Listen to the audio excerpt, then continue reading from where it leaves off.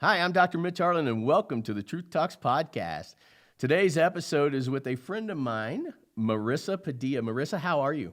Good. How are you? I'm doing well. I'm doing really well. I'm going to tell everybody a little bit about how I got your story. I find out that there's this lady who's got this Netflix show, which is extremely awesome for you. It's exciting for you.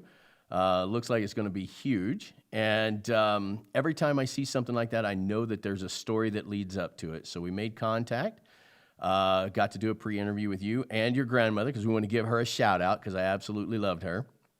And all of a sudden, we uncover a whole layer of amazing story of perseverance with a little bit of faith-based behind it, which we always keep in here at Truth Talks. Let's start out with your journey as a young girl and how you ended up on a Netflix show.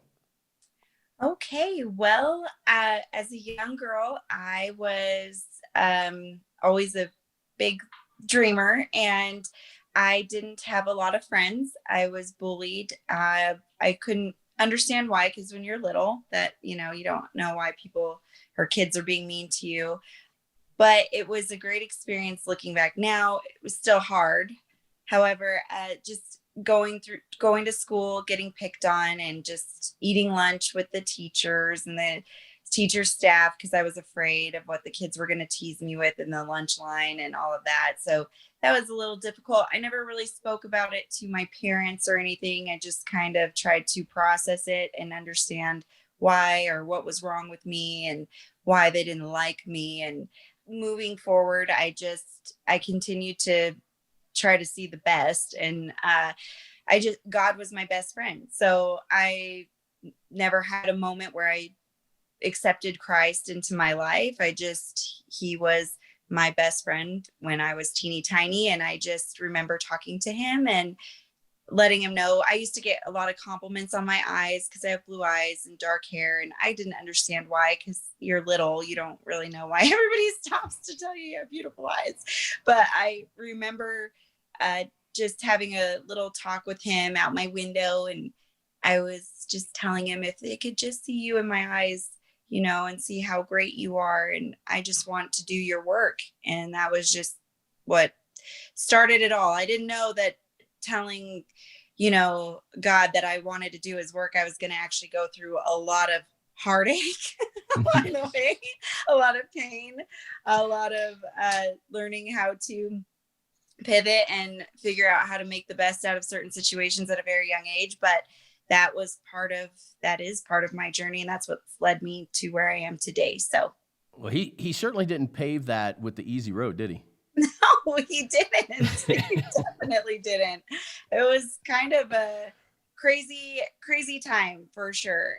So you had that first experience. I mean, that's a tough experience to have as a kid, right? And obviously, you can go one of two directions. Sounds like you went the best direction, but it actually went from worse to worser. Yeah, it did. It really didn't get light for a long time. But I have to say, there have been a lot of light moments throughout the journey. It is a journey. So, there are a lot of really great moments in this. But when I was being bullied, it did get pretty bad. And I ended up going to private school. My parents kind of knew something was going on because I never wanted to go to school. But then I went to private school for middle school, and the most popular girl there, for whatever reason, and she was just welcomed me in. She was older than me. Everybody loved her, and she took me in. Katie Westner, I never forgot, but she helped me regain my confidence in who I was, and just loved on me, which is what I wasn't ever used to. But I remember that feeling of being accepted and being valued. And I was like, I'm always going to make sure that whoever I come across in this life that I feel doesn't feel that way, that they will for me at least. So.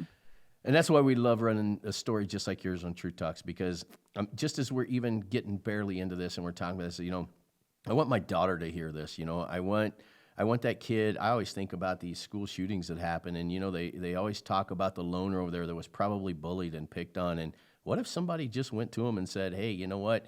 Won't you come to this social thing that we're doing, or won't you come to this thing?" It might be a very different story. I don't want to digress too far, but you know what? What a great shout out to your friend. I mean, who knows where you would have went without that? Really, truly. And it's it's a real thing, feeling alone like that and feeling like nothing you do is right and people are just mean to you and you don't know why. So it is a real thing. So to feel like welcomed and loved on just for being there, there's no other reason. It's an incredible feeling. So she's definitely special to me still to this day. Which is awesome, and you're passing it on. But the road still it still wasn't the yellow brick road. Oh gosh, no. So I went on and got my GED, and then I was like, well, I'm gonna go to college, I think, and just do all these great things that everybody looks up to. I'm gonna be the girl that they look up to now, because I've always been the one that's always kind of like you're shaking your head at. So I wanted to kind of switch it up. But then I got pregnant with my boyfriend at the time, and I had my son at 21, and that it definitely changed things. I think God always knew. I was always a free spirited. I just kind of went with the wind. So like, wherever anything took me, I was there. I wanted to experience it. I was just, so finding out I was pregnant was a shock. And I remember just thinking, oh my gosh, I can't believe this. I can't believe I'm going to have a baby. And I remember feeling like many girls, this was my boyfriend of 2 years. I wasn't really sure about having a baby. I called Planned Parenthood. I never believed in abortion, but I felt that weight of, I'm just a kid myself. How am I going to take care of a kid? So like I called, and I remember them talking to me about this process. And I just remember hanging up the phone and crying because I was like, I cannot do that. I can't believe I really felt like I was in between a rock and a hard spot. Like I didn't know what to do, but deep down I knew that I was meant to be a mom to this little thing. And so I ended up having my son, who he's 17 now, and amazing gift. But I ended up marrying his father, and because I felt that was the right thing to do. For a long time, I grew up in a very Catholic family and religious family, if you will. And it was, I was not being blessed with the way I was living my life. I had a baby out of wedlock. Marisa does everything backwards. So I was like, well, I should probably marry this guy. And even though I knew deep down that this guy was not the guy, I knew it because our values were not the same. And but I felt like, well, we have a family and we can make it work, and I can save him, and I can be this, I'll prove to him that I'm this amazing person, and we'll make it work. But I want it blessed by God. And it was so stupid. I went on with this whole wedding that I didn't even believe in the beginning, but it was good because I got pregnant the second time with my daughter, who's now almost 14. And she's been, another blessing in my life that I couldn't be more grateful for. So we were together for 15 years, married for 10 out of the 15. He had, an affair of 2, and just really didn't appreciate family like I did. I grew up with, my parents are still married, the whole 9. All the holidays were so special. Everything was just so, picture perfect. And mine was not like that. So I ended up, he was very mean in the sense of just calling me down all the time. So, Marisa, you're not going to do this. Marisa, you're not going to do that. Marisa. And it just kind of brought me back to those childhood thoughts. Like I wasn't good enough. And then it was like, no, I'm going to prove you wrong. You say I can't do that. I'm going to do that. And then much more, which was a great mentality to have, but it also could be very detrimental because that's where I kind of started to base my worth, was that I was only worthy if I proved them wrong and made myself better. Like they say I can't I'm going to do that. And then I'm going to do it even better than that. And that's not really, it's a good mentality, but again, you don't want that to be the overall basis of your worth, because it doesn't matter what people think, really. It matters what it's in here. So I went on to leaving a job that I was making about 50,000 to 60,000 a year, to overpassing, I didn't even hit the 100K. I went right into the 200s, and it was on and upward from there. And so I was called by my ex Stanley Lake's finest, because I didn't graduate. And I remember I hated when he'd joke like that. Whenever he'd drink a lot, we'd go out with our friends and he'd just say, "Oh, Stanley Lake's finest over here." And it just reminded me of, again, when I was bullied and just the name calling and all of that. So the last time he called me that, I was able to stand up at the dinner, and I was just not putting up with it. And I'm very rational and calm, so I don't like to cause a scene. But at this moment, I got up and I was like, well, Stanley Lake's finest just bought the bill and retired you 2 years ago. And so I'm out. You guys have a great night. I'm leaving. And I just went home. I was like, I don't really need to take any of this from you. And then I ended up divorcing him. And I love your truth, and I love your honesty. And so far in the story, we've got this, right? You got the ups and downs that are still really plaguing the whole entire system. So you get past that point, and there's this whole money-making thing that's going on. But again, it's still not, you're still not on the yellow brick road, right? You're still not on the right path to Oz yet. No. So I end up, the last year I was married, I was invited to this charity event, and I was so excited about it because there was going to be millionaires and even billionaires there. And it was everything you spent for the event was going to charity. And I've always been, that's been my biggest, I love to give back. I love to be a part of philanthropy work, is my heart. So I was like, oh, that would be fun. And then I can learn from these big time people. And I'm so excited. So I went to this event, and it was really amazing. There was Jack Canfield, who wrote Chicken Soup for the Soul. There was Tom Bilyeu, co-founder of Quest Nutrition Bars. There was Ty Lopez, just a lot of incredible speakers. And the last speaker, Jeff Hoffman, he was the only self-made billionaire in the room. And he created Priceline.com, Ubid.com, the kiosks in the airport that print off your boarding pass. He created that. And it was really cool because I was able to actually talk to him. And I remember when he was speaking about, like, he stood up on stage and said, we've made it. It's our job now to help pave the red, lay out the red carpet, give all the tools and everything for others so that they have the opportunity to make it and make it even better than what we've done. Because our time, we won't be here forever. We need to teach others how to do what we do and do it better. And I was like, oh my God, I would just love to talk to him. And so afterwards, you had a moment to go up and speak to them. And I just ran right up to him. I didn't care about anybody else, although everybody's story was impactful. He just resonated with me 100%. So I went right up to him and I was like, Mr. Jeff Hoffman, my name's Marissa. I sell new homes for a builder, but I want to be you when I grow up. Because his biggest saying was like, who do you want to be when you grow up? You're never done growing. I don't care if you're 30, 40, 50, 60, 70. There's always somebody you want to be when you grow up. Who is it? And that's the person you should align yourself with. And his tenacity is huge. And so I was like, well, if he got in touch with the people he wanted to, regardless what anybody said, then I'm going to, he ended up being a producer for Elton John and opening him up on stage. And all of his friends told him he couldn't do that. And he won an Emmy and all this stuff. So it's kind of funny. His story is amazing. But I was like, well, then I could do that too. I'm going right to him. So went to him. And he said, oh, that's great. I would love to connect with you. Here's my email. Well, I didn't have a pen or anything with me. And I was like, I just got to remember his email. I got to remember it. So afterwards I ran over to my phone and put in his email in my phone. And then the next day I made a video and I sent it to him. And I was like, my name's Marissa. I hope you remember me from last night. I was like, it was such an honor meeting you. And he said, of course I remember you. And I'm actually speaking at a women's conference at the Four Seasons in Atlanta, Georgia. I'll have a 2-hour window. If you want to fly out, I can get to know you better. And I was just like, oh my gosh, are you kidding me? So I took the opportunity because who, it was like an interview with a billionaire. I wasn't going to pass it up.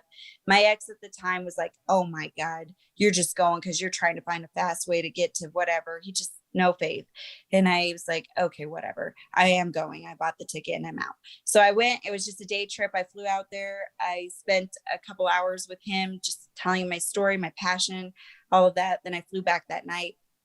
And 4 years, almost 5 years later, he has become a business partner of mine, one of my dearest friends. And I just am very, very grateful for that. So that was like an aha, totally incredible moment. But with that, again, was not like the yellow brick road. Because for me, I want to do everything on my own, which makes it a lot longer of a path. but yeah, so. When a person gets to a certain level in life, like you can name everything that a person does, especially in the culture we live in today. I made X amount of money selling all these homes. You were very successful financially in doing that. You got all these things that just keep punching you and punching you and punching you. But then the moment that you post something on social media that you landed a Netflix deal, which Netflix is huge, we all know, you land this big thing, everybody assumes that, man, you got it the easy way. And that's the part I loved about your story is there wasn't much easy about how you got there.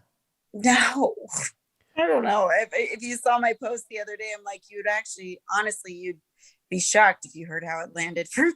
But, it's life. Life's fun. It's a lot of fun. It's fun. It's challenging. And I did read your post, and I did think that was pretty amazing, all the trials and tribulations. But what I think is even more important is you come on shows like this and you tell those stories with just real honesty. So I can't let it go without telling the jail story. I mean, we must tell this.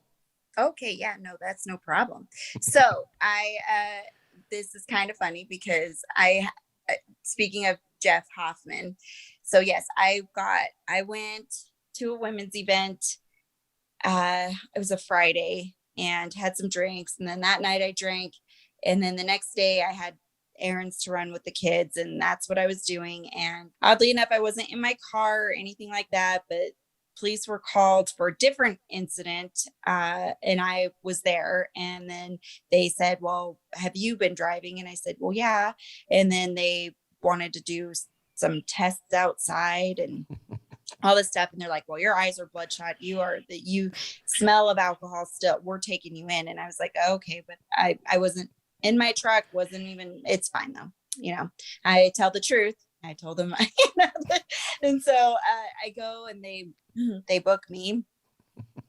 I didn't know why. They actually told me I was just going to be in detox for a little bit. They wanted to make sure I was 100%, sober before I left, and that there was still alcohol in my system and I shouldn't have been drinking and driving and all of this stuff, which is true. But, you think the next day that you're fine because it's not like you're going out drinking. You're just getting on with that horrible hangover and trying to do your normal stuff. So anywho, so I end up going to detox and sitting there for quite some time. And then they tell me that they're going to book me and I have to go to jail. Anyway, so I go up the stairs and I remember the room number's 24 and the door, it's not like bars, it's a door and with this little tiny window and it was right up the top of the stairs. And I was looking up at it and I was like, I can't go in that. And I'm claustrophobic as it is.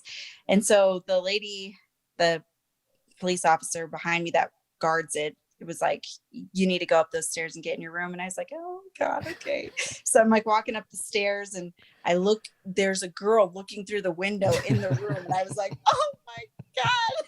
I was just like, this is it. This is how I'm going out. This is how I die. This is how I die. My story ends here. God, I told you when I was 5 how much I loved you. I didn't know I was going to have to go through this. Anyway, no, I'm just kidding.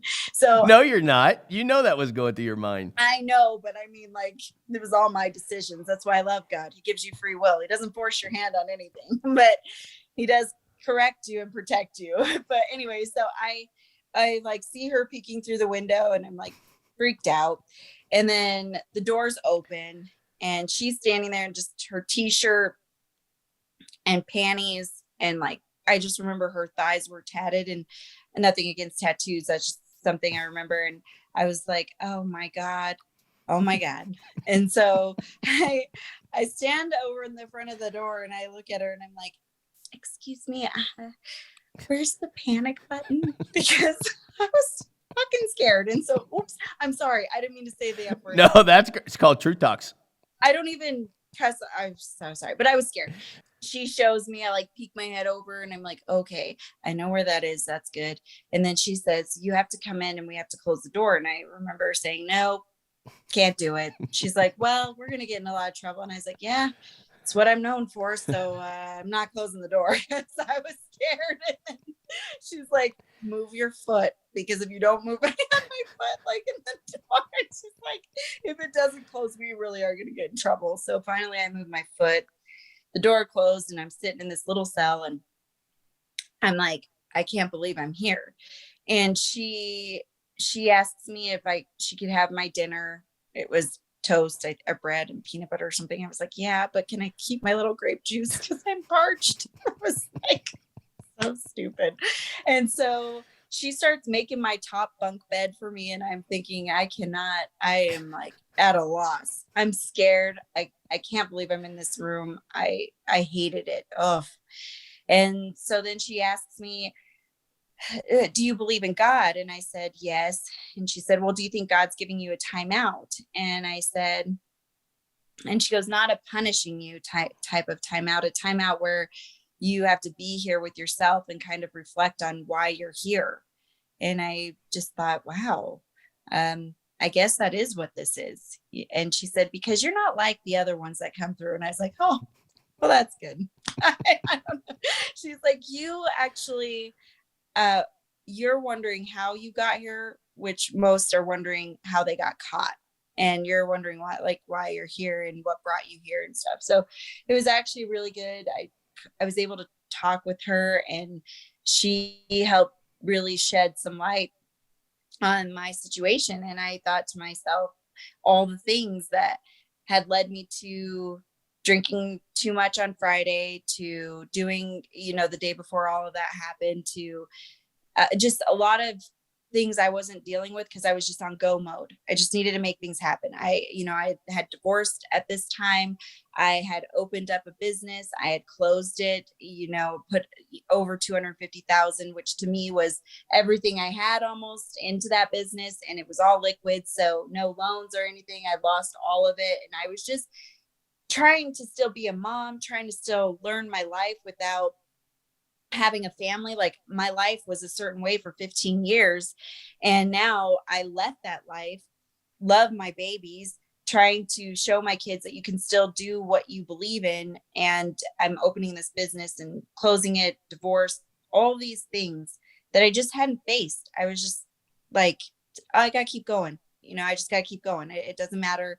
But deep down, I really needed to face those things because they were traumatizing and they were hurtful, and I didn't want to face them. So I was just very just unaware of hiding behind my works of what really was hurting inside. And so that brought me to that moment, and I was able to, it didn't mean that I learned it all in that moment, but there were a lot of great things that I was able to see clearly, and really try to get better on working on that than avoiding it. So, this is something that I'll probably repeat past this point of, who knew God would show up in a t-shirt and panties with tattooed thighs, right?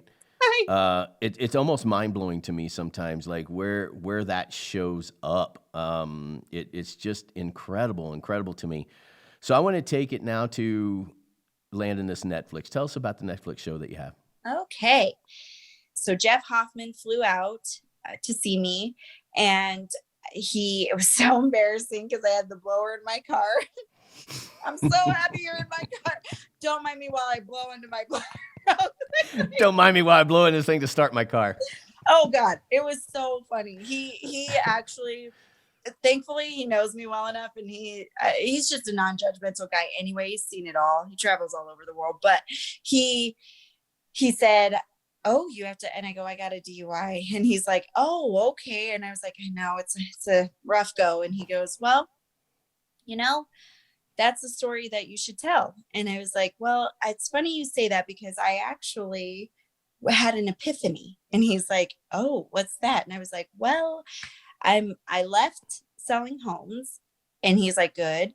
I goes, I think it's time that the world sees Marisa, not just one demographic. Like, you need to meet others with your stories and stuff. And I was like, okay, good.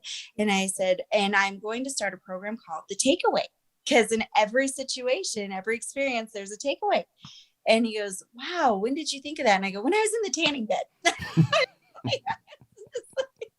I was tanning because for the first time I was going to Mexico, an amazing man that I'm seeing was asked me to go to a wedding with him in Mexico. And I was like, oh, I got to get tan. So I'm like laying in this tanning bed and I'm thinking about all these things. And I was like, oh, that's what it is. It's going to be called The Takeaway. So I created this program called The Takeaway, and Jeff loved it. And he was like, you need to talk about your DUI. You need to talk about all your experiences, your successes and your shortcomings. And, you know, and then I listened to a ton of podcasts. I'm huge into philosophy and all of the things that make your mind work. I love that. Personal growth, personal development, all that. So I'm listening to this podcast because psychology is so important to me.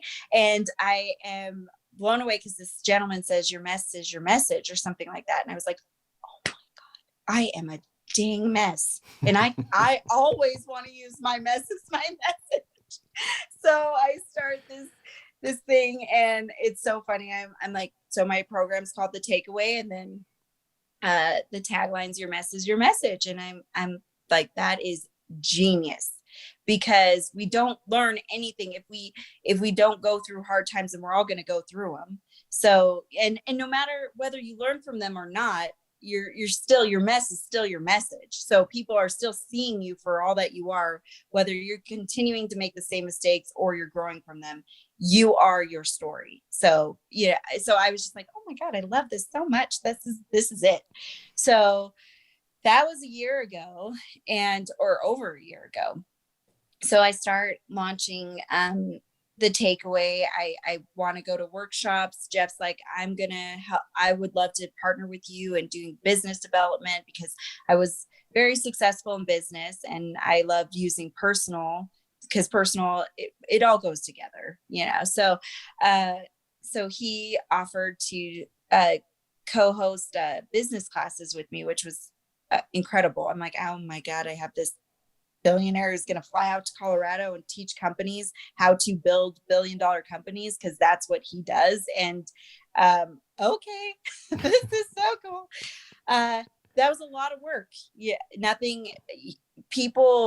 what I learned through that time of building The Takeaway and the mess is your message is what led me to Netflix. So I'm getting there, but I want to share these things because people think, oh, well, I heard it all, Mitch. She only has this billionaire in her life because she's pretty. He only cares because she's probably sleeping with him, and these are real things that I'm hearing, like, oh, you know, that Marissa's just doing like nothing. I couldn't get credit for just having put myself out there, and literally I saved my plane tickets that I bought to go meet with Jeff, because they were so important to me that I'm doing this and I'm paying for it and I'm making this happen on my own, because I have a daughter and I have a son, and I want them to see me, you know, and know that if mom can do it all on her own and losing everything and regaining herself and all of that, then I can do it too. And that's why when meeting these people at these, and I'm not trying to get off track here, but this is what helped me also with my belief in myself, was meeting these individuals at these conferences and these events and all of that. I'm not starstruck. I think it's great. They made a name for themselves, but what they showed me is that they just didn't quit. They just believed in what they were doing. Some of them were not even able to afford rent, eating ketchup out of packets. Like, their struggle is real, but they never quit on their dream and who and what they believe they were meant to do. And so for me, I'm just looking at them like, if they could do it, then I sure as heck can too. And so it just made me stronger in my belief system, in the faith that I had in myself, and just offering up, like doing everything I could physically and then leaving the rest in God's hands. So I started this Wine Wednesday. And again, I can't take the credit for Wine Wednesday, because the gentleman that took me to Mexico, he was like, Marissa, you should start a funny podcast called Wine Wednesday. Because remember, I can't drink. I'm doing UAs and, all the things. So I'm like, this will be fun.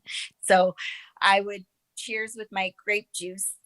And then I'd promote One Hope Wine and tell people to buy their wine because it was so good. And it was, I did taste it, but I really wasn't supposed to. But anyway, and so I started that. And then that's where the host of this TV show that's airing on Netflix, he watched my Wine Wednesday. And then he saw me at an event. And like I told you, I'm always in workout clothes. And I went to this event. I didn't know it was actually like a real estate agent's birthday party out in the Springs. And that's where I was working that day. And my friend Erica invited me to go. And I was like, sure. Well, I didn't know anybody was dressing up, and I was the only one in, workout clothes. So I show up there and I'm like, oh, guys, I'm just visiting. Sorry, Well, when he asked me about talking to me about being a judge, they needed another judge for this show. He watched my Wine Wednesdays. He liked how I spoke on camera and that I was just honest, and he felt like, I was genuine. I said, you don't know me. It's all an act. I'm just kidding. I didn't. But then he said, by the way, were you at this event at this place about a month ago in the Springs? And I think you were like the only one in workout clothes and everybody else was dressed up. And I was like, oh, wow. Yeah, that was me. Funny, small world. So you go down to this thing in Colorado Springs. The guy sees you, remembers you with only the one in workout clothes. Yes. And then you said you didn't necessarily believe him, but yet how did you land it? I didn't believe him because, for one, if most people get DMs and you don't really know like what's real and what's not. I get them all the time. I know you do. No, I don't. I actually don't. Have you seen yourself? I know people think I slept the way to the top too. It's not true. I love it. Oh, you're so funny. Anyway, so yeah, I was like, okay. So he was so awesome. He said, well, let's put you in touch with the producers. This is a real thing. They're going for, American Idol types like Simon Cowell, like another judge that's pretty harsh, but mediocre, and then like a Paula Abdul. And I think I'll say you were Paula Abdul. That's what they called me. I was like, oh, okay. So he's like, I think you'd be great at that. And they didn't know that I was in real estate. So it's so funny how it all works out. So anywho, so I talk with the producers. It's a real thing. They take me on as the third and final judge. And then it's just been a whirlwind. I actually, in turn, I've not only the Netflix thing, but been asked to speak globally, internationally. I've been in 3 different global magazines for Sharing Your Mess is Your Message. And I'm about to be in 2 more magazines here that are coming out, and just going around the world sharing the stories of why not to give up on yourself and, believe in yourself, even when everybody else thinks that there is some reason, somehow, some way, there's no way it could happen just by her making it happen. She got something. Well, I do have something. It's called God, and he knows my path better than anyone else. And I think he has a great sense of humor because he made people like Mitch. I'm just kidding. No, it's true. And, I just think being real and being authentic is your best attribute, and you should never waver from that, no matter what anybody says. And, just continue to keep going. So that is how I got the Netflix gig that's going to be airing soon, and the speaking and the whole bit. This is, I'm not kidding, Marissa. This is one of my favorite podcasts. And I think about all the people, just all the mess in that message that is so important. And most people don't get this vulnerable and say what it is, right? I mean, all the way from the bullying to making mistakes that, all could have crushed you, could have crushed most people, honestly. And then you've turned it into this incredibly successful career. So I want to tell you that I thank you so much for coming on Truth Talks and telling your story. And you say it with a laugh, and I love that. Like, it's like, I'm sure you didn't laugh all the time. I would actually like to have video footage of you in jail. I think that would have been absolutely hilarious. Oh But my God. I can't even imagine. But, I think of my daughter, and, I'm preaching to her all the time, please just, if you do, I'm not an idiot. I mean, she's 17, and I know what I did when I was 17, and I'm like, please, if you have a drink, just call me. Even if it's one, just call me. Let me come get you. And she's done a great job with that. And I want her to listen to this podcast. And I know that, these kids nowadays, the world is so pounding them down to think that they can't be great, even if they've made a mistake or maybe aren't in the cool group or what have you. You've proved it all wrong. And so I just want to tell you, thank you so, so much for coming on our show. I love your story. I love your message. We'll follow you. I hope this Netflix thing just goes absolutely insane for you. And then, Thank you. and thanks for being honest with the whole, the whole faith-based aspect of it. Because we at Truth Talks, one of my commitments that I made was, if God is in the story, I'm leaving him in there.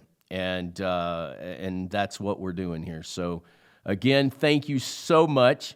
Yes. I'm sure our paths will cross again at some point, and hopefully not in jail. But I know. I hope not either. But thank you again so much. You were absolutely a fantastic guest. I appreciate it. Thank you, Mitch. Thank you so much. You have a wonderful day. You do too. And tell Grandma I said hi. I will. All right. Thank you, Marisa.